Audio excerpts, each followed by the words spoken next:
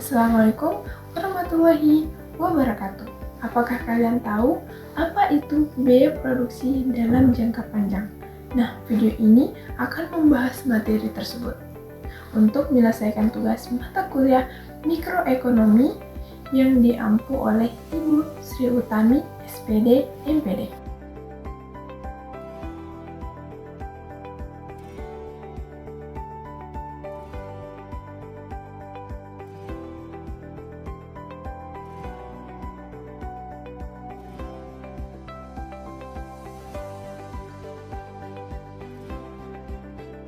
Baik, yang pertama yaitu cara meminimumkan biaya dalam jangka panjang. Nah, dalam jangka panjang, perusahaan dapat mengoptimalkan biaya produksinya dengan memperluas kapasitas produksinya dan menentukan ukuran pabrik atau plant size yang akan meminimalkan biaya produksi. Nah, untuk meminimalkan biaya, perusahaan memperhatikan kurva biaya total rata-rata atau AC yang menunjukkan berbagai ukuran kapasitas pabrik.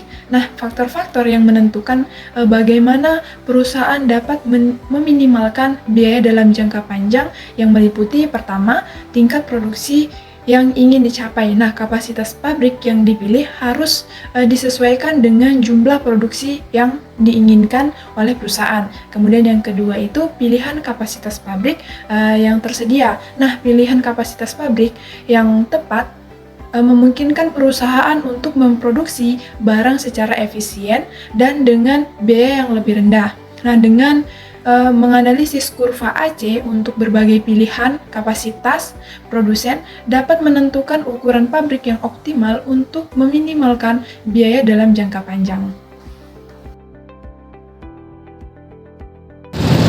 Kurva tersebut dapat mencontohkan bagaimana analisis yang telah dibuat sebelumnya dapat diterapkan.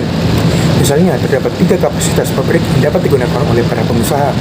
Kapasitas 1 ditunjukkan oleh AC1, kapasitas 2 ditunjukkan oleh AC2, dan kapasitas 3 ditunjukkan oleh AC3. Dari kapasitas 1, kapasitas 2, dan kapasitas 3 tersebut menunjukkan adanya hakikat di mana pengusaha memiliki 3 pilihan dalam menggunakan alat produksi. Berturut-turut, biaya produksi yang akan dikeluarkan untuk menggunakan masing-masing kapasitas tersebut adalah seperti yang ditunjukkan oleh AC1, AC2, dan AC3. Tingkat produksi yang ingin dicapai merupakan faktor yang akan menentukan kapasitas produksi yang akan digunakan. Apabila perusahaan ingin mencapai produksi sebanyak 100 unit, maka lebih baik untuk menggunakan kapasitas 1 atau titik A. Jika yang digunakan kapasitas 2, maka biaya produksinya akan lebih tinggi yang ditunjukkan oleh titik B. Kapasitas yang paling efisien terletak pada kapasitas 1 dan kapasitas 1 akan meminimumkan biaya produksi untuk produksi di bawah 130 unit.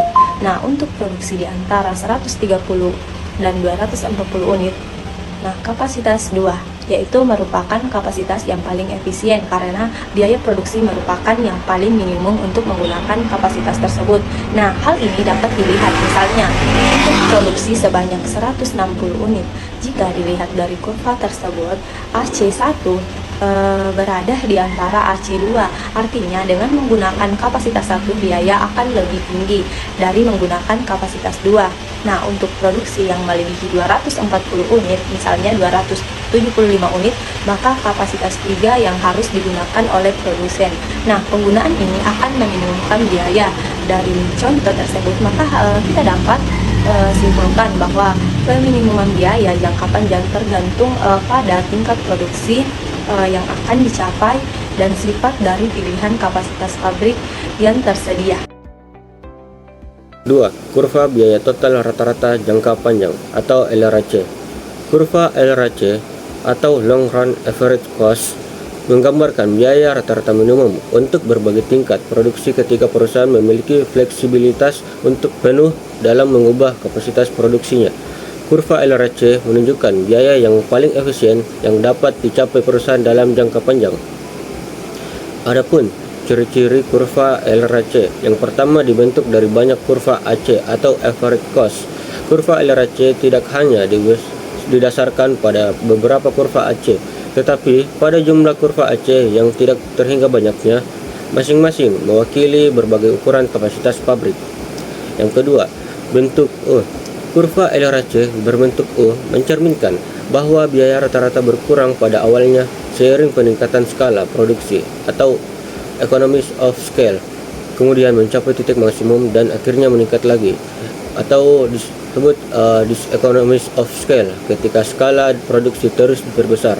Yang ketiga, kurva minimum biaya dalam jangka panjang.